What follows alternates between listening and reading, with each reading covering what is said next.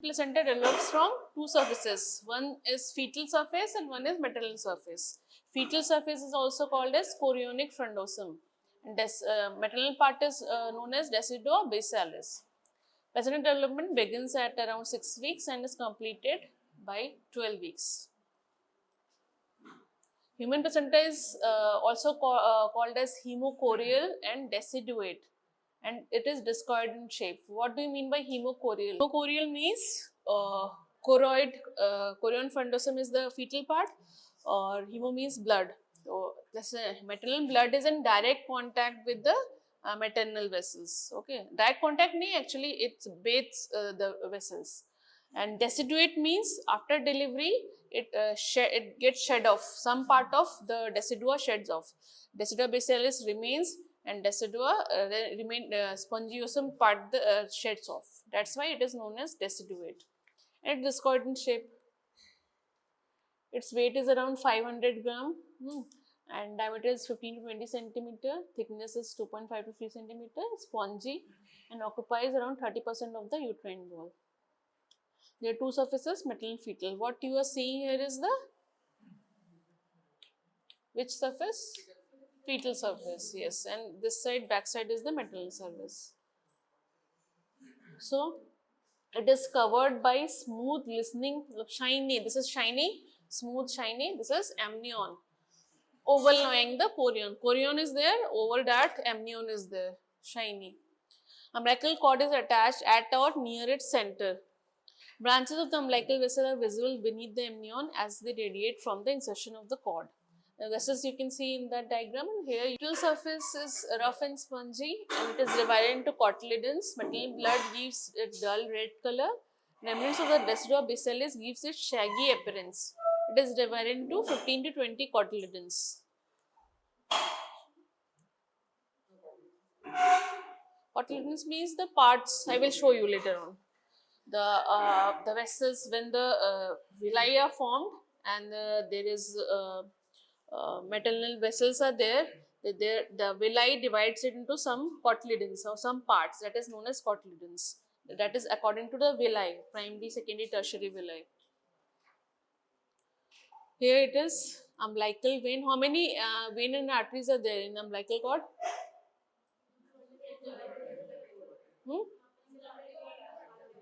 Two vein, two artery, one vein. Which one is not there?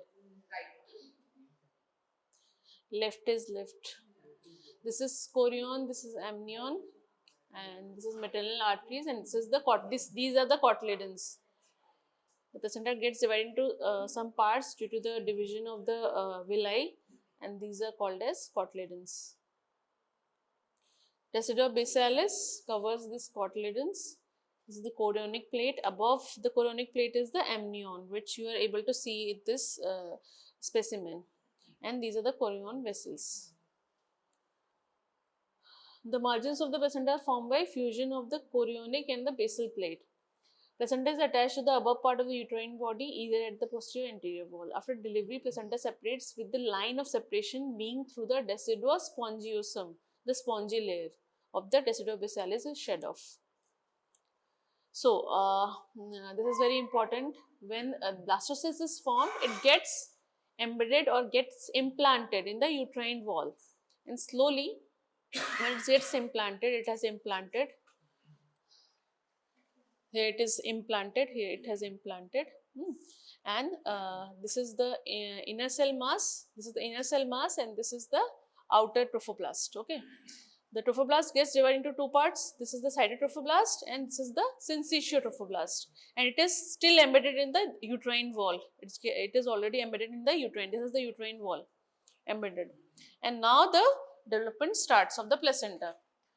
So these are the cytotrophoblast and these are the syncytium. Syncytium means the cells have lost their cell wall, that have the multiple nuclei floating. That's why it is known as syncytial trophoblast. It is primitive syncytium. And later on lacunas form, and the lacunas, empty lacunas get filled with maternal blood. Here's the what happens when the lacuna is empty. The arteries, it invades the maternal arteries, and arteries invades, the lacuna invades the artery, artery gets ruptured and the blood comes in the lacunas, empty lacunas. And slowly the cytotrophoblast, this cytotrophoblast converts into villi along with the mesoderm. These are the primitive villi, these are the villi, tentacles like projections, these are the villi. These are just primitive primary villi. So this is the placental development. Here, this is the deciduous divided into three parts. Deciduous basalis, the main part of the placenta. Deciduous capsularis, that covers the embryo, and deciduous parietalis, that covers the other remaining part of the uterus. Okay. And chorion, this is the chorion frondosum, this is the chorionic cavity, and this is the surrounding part of the chorion is known as levy, chorion levy. And it later get fused, amniotic cavity and amniotic membrane. Later, when the embryo grows, it gets fused. The chorionic levy, amniotic membrane, and deciduous parietalis get fused.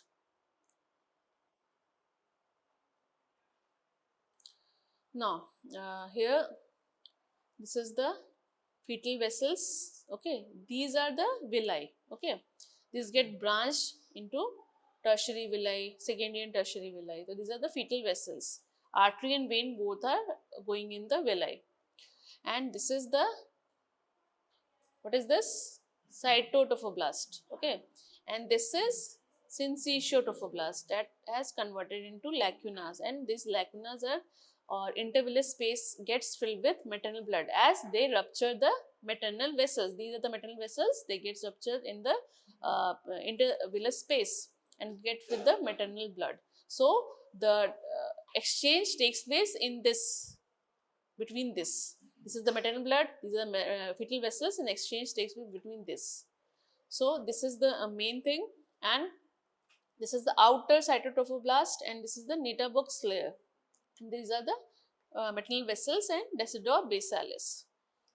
Nitterbuch's layer is the fibrinous layer. It is very important because if it is absent, placenta can invade the uterine wall or myometrium, and it can cause placental adhesion or accreta syndrome, or accreta, placenta accreta spectrum. Placenta accreta, percreta, increta, what that spectrum. Because of this layer, it is saved. This is the fibrinous layer, Nitterbuch's layer. It saves from further invasion or deep invasion. Placenta is limited by the amniotic membrane on the fetal side and by the basal plate on the maternal side. This is the basal plate. Whole of this is the basal plate. Basal plate. Between these two lies the intervillous space filled with maternal blood and stem villi with their branches. Amniotic membrane is the single layer of cuboidal epithelium loosely attached to adjacent chorionic plate and does not take part in placental formation. Chorionic plate forms the roof of the placenta. This can be called as the roof, and this can be called as the your base. From outside to inwards, it consists of, this roof is consist of syncytiotrophoblast and cytotrophoblast, and this is extraembryonic mesoderm with branches of these, the villi. Villi are actually extraembryonic mesoderm that invades, and further cytotrophoblast. This is the cytotrophoblast, this one, and this dot, this is extraembryonic mesoderm, and inside the mesoderm are the fetal vessels. Basal plate forms the floor. From outside inwards, it consists of compact and spongy layer of deciduous basalis, layers of Nitterbuchs, and cytotrophoblast shell. This is cytotrophoblast shell. Basal plate is perforated by the spiral arteries, allowing the entry of maternal blood into the intervillous space. The layer of Nitterbuchs is a fibrinous layer formed at the junction of cytotrophoblast shell with the decidua due to fibrinoid degeneration of the syncytiotrophoblasm. It prevents excessive penetration of the decidua by the trophoblast. It is absent in accreta and morbidly adherent placentas. Intervillous space. It numerous branches villi arising from the stem villi project into the intervillous space. It is lined internally on all sides by the syncytiotrophoblasm and is filled with maternal blood. This is the intervillous space. It is surrounded by, it is lined by syncytiotrophoblasm. Okay, and and cytotrophoblast. This is the cytotrophoblast, and this is filled with maternal blood. Both artery and vein gets ruptured here. Huh? Now these are the cotyledons. Because of these villi, these get divided into the cotyledons. This is one cotyledon. Here is one full segment of the villi is there. That's why it is called as one cotyledon. According to this, the cotyledons are divided. There are many fetal cotyledons, but maternal cotyledons are 15 to 20. Villus is the functional unit of placenta. This is the placental barrier or membrane. What is where it is placental barrier? This one, where the exchange is taking place. This is the placental barrier. Here is the maternal blood. Here is the fetal blood. This is the placental barrier. This is called as the placental barrier, and this we will see here detail. So I will start from the intervillous space side. This is the intervillous space. It is filled with maternal blood. Then comes the lining of the syncytial trophoblast that don't have any outer cell wall. Then comes the cytotrophoblast. Then the connective tissue in between, and the basement membrane of the fetal blood vessel. Okay, so this is the placental barrier, placental membrane. The exchange takes place in this area only. Okay.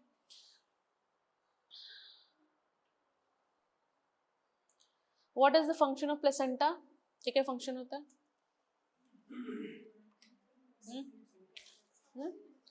Respiratory function, oxygen and carbon dioxide exchange, and nutrition exchange. Okay. Excretory function, and apart from this, antibody. Okay. Immunity, and it is also acts as barrier. Many things can't cross it, and hormone produced. Which hormones are produced by placenta? SCG and progesterone and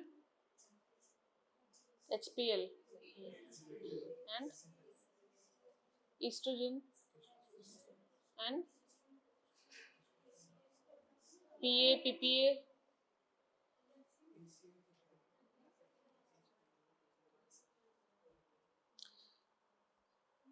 So endocrine and enzymatic function is there, barrier function, immunological function is there.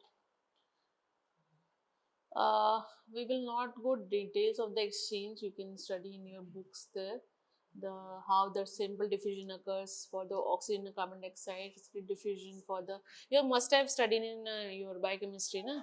This diffusion, carrier mediated glucose, vitamin, fatty acid, steroid. Active transfer is in the case of iron, amino acid and calcium, what we normally give the patient as supplement, that is transferred by concentration gradient.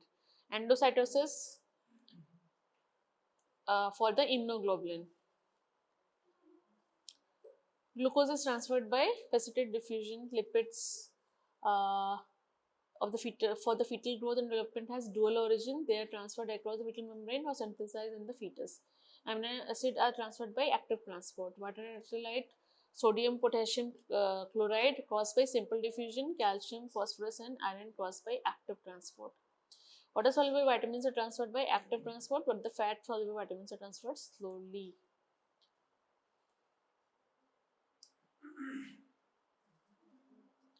Excretory function, uric acid, urea, creatinine excreted into maternal blood by simple diffusion. So oxygen and excretory function, gases in excretory function are by simple diffusion.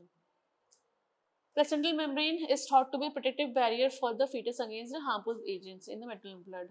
But most of the drugs can cross the placental barrier and some can be teratogenic. So we have to give drugs to the pregnant patient cautiously, because most of the drugs can cross the placental barrier and can harm the fetus. Various infections like viruses, bacteria, protozoa can cross the placenta and affect the fetus in utero. Only antibody which crosses is the IgG antibody that crosses. This comes in your MCQ also, na? NEET MCQ.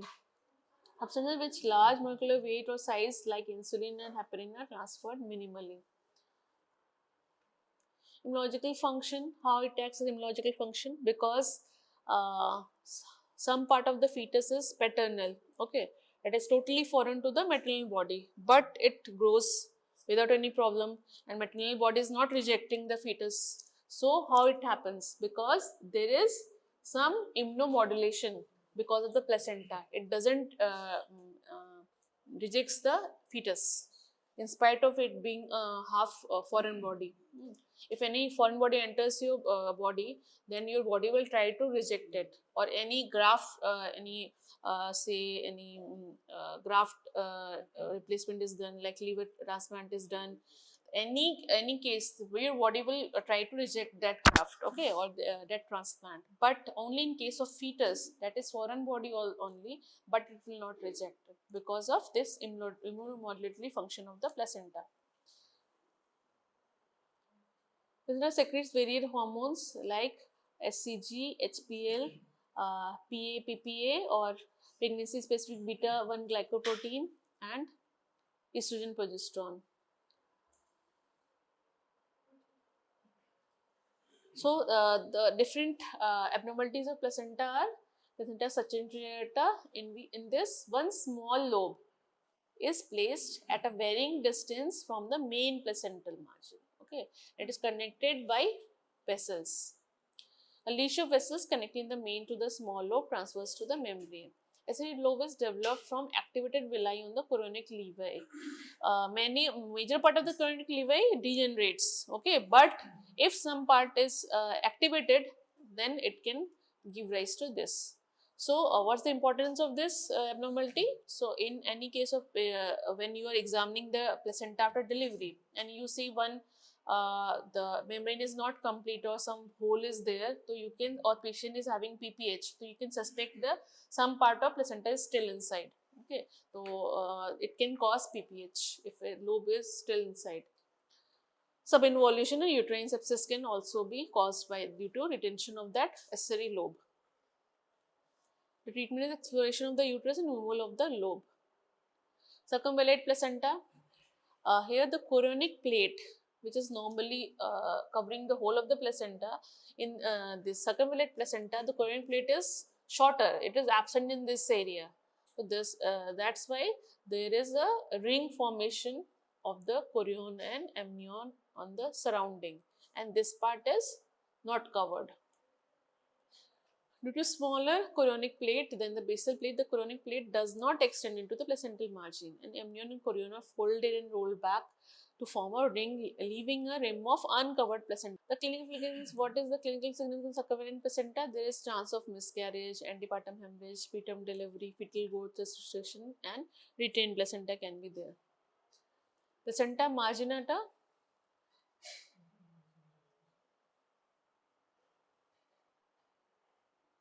The fibrous ring is present at the margin of the chorionic plate where the fetal vessels appears to terminate. In the circumvallate, there is the raw surface is there, but in marginata, there is no raw surface, thus just a fibrinous ring is present at the surrounding of the placenta. Membranous placenta, whole of the chorion is covered by functioning villi, and thus placenta appears as thin, not as thick like this, it will be thin in membranous placenta. This is the circumvallate. This is a battledore where the cord will be inserted on the margin of the placenta. Filamentous, the cord insertion into the membrane is there. Where the battledore it is inserted in the margin of the placenta, here it will be inserted in the membranes, that is filamentous. Circummarginate, the chorionic membrane insert inwards. This is the normal, this is accentuate, this is fenestrata, fenestrated lobe. Here the gaps are there, this is known as fenestrata. Furcate means it has bifurcated, and bilobe means two placenta but joined by vessels. Chorioangioma is the benign tumor hematomas of the primitive chorionic mesenchyme. Small tumor maybe it's asymptomatic, baby will grow normally, but in case of large tumors, there can be a case of hydramnios or antepartum hemorrhage, or even preterm labor or miscarriage. Normally it is 50 to 60 centimeter long, and long means more than 80 centimeter. This is the long cord, this is a short cord. Insertion varieties are Battledore, I already told you, and Velamintus. Furcate bifurcation is there, and Vasa previa. Vasa previa means it is inserted near the os, cervical os. This is the bifurcate. The cord has bifurcated.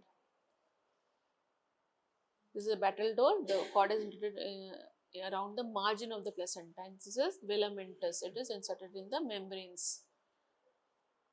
Single umbilical artery can be there because, as you know, there are two arteries and one vein, but single umbilical artery can be there, and it can be associated with other problems like aneuploidy, tracheoesophageal fistula. So if you find one single umbilical artery, you have to search for other abnormalities or rule out other anomalies also. So the single umbilical artery, these are the knots, this is the true knot, and many loops can be there. Torsion, stricture, this is a torsion, and stricture is very dangerous. Most infants with this finding are stillborn. Many times patient comes and IVD is there, so we are not able to get the reason. So after delivery, many times cord around neck is found, many times true knot is found. So then we can say what was the reason of the death of the baby. Now we will see this. This is the placenta. This will be given in your exam. Huh? This is the cord. We ruptured the amnion and baby was delivered, and the amnion is will be like this. And if you take the whole of the amnion, it will be spread like normal sheet, white sheet. So if you see any hole or any abnormality in the membrane, you have to search, and patient is having PPH. Or if you see any cotyledon missing from the maternal side, suppose a part of this is missing, then you have to search if in case of PPH. Okay, that's why placenta searching or examination is very important after delivery. This is the twin placenta.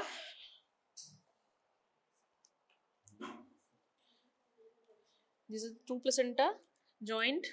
This is the one cord, this is the other cord, and it was, because you can see two membranes, it was what? Monochorionic, monoamnionic, or yes, diamniotic dichorionic placenta.